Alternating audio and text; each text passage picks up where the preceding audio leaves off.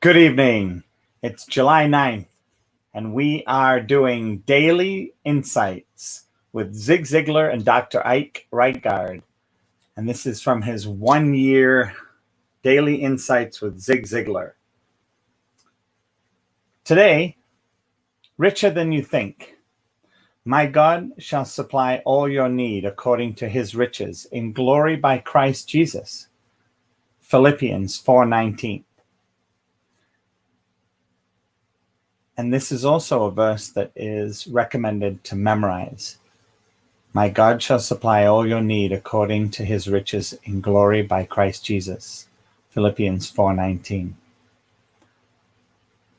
Paul's promise that God would meet every need comes in response to the Philippians' generosity to give to God's work.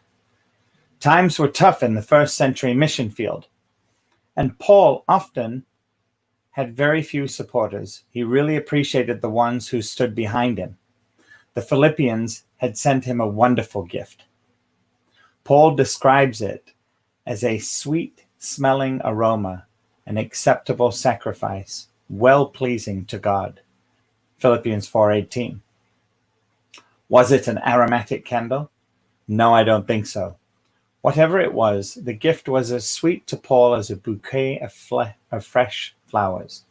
The gift, though, had cost the Philippians a lot. As a perceptive leader, Paul understood that some of them might be wondering, if we gave money we needed to live on, what's going to happen to us? Paul answered by telling them that God wouldn't forget their generosity. He would meet their needs in a way that revealed his direct involvement in their lives and his pleasure in their generous hearts. The promise isn't that God will meet every desire or every want. It is that God will meet every need, especially those needs created when we have given over and above what we can afford to support God's work in the world. In an affluent culture like ours, most of us have few real needs. We enjoy the latest technology, we want a nicer car, and we expect a better vacation than last year. Maybe we should give so much to God that he has to meet real needs in our lives. That would be an adventure.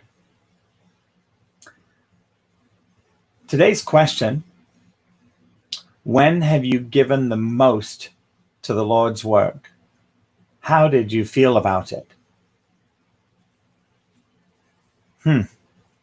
Well, for me, the first thing that came to mind was traveling to Haiti with the missions with Worldwide Village, Randy and Pat Mortensen, in 2018 in January, and then again in 2019 with my new miracle wife. How did I feel about it the first year? I was so excited I couldn't wait to come back. I created a relationship with several of the people there and created a Bible study. And I have now been doing that Bible study. At first it was on Monday nights, and then now it is on Fridays at noon for over 2 years. And I absolutely love it. I feel it's been a gift to me and to my study of the Bible.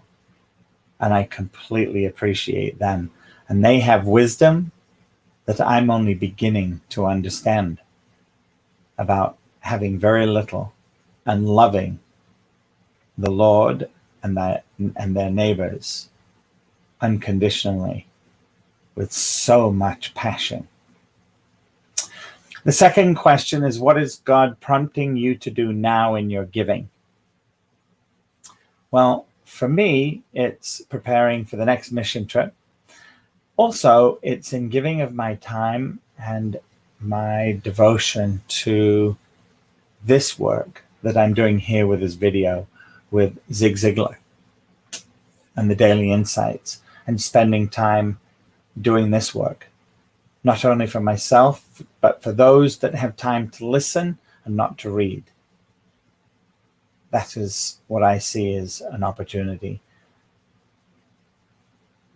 God's work done in God's way will never lack God's supply. A quote from Hudson Taylor. And then, as an extra quote here by Zig, I can testify that the Lord is as good as his word. If we trust, believe, and bring our tithes into the storehouse, he will pour out his blessings of all kinds, including personal, family, and business. ZIglar. Richer than you think. You know, I've spent several conversations over the past few weeks.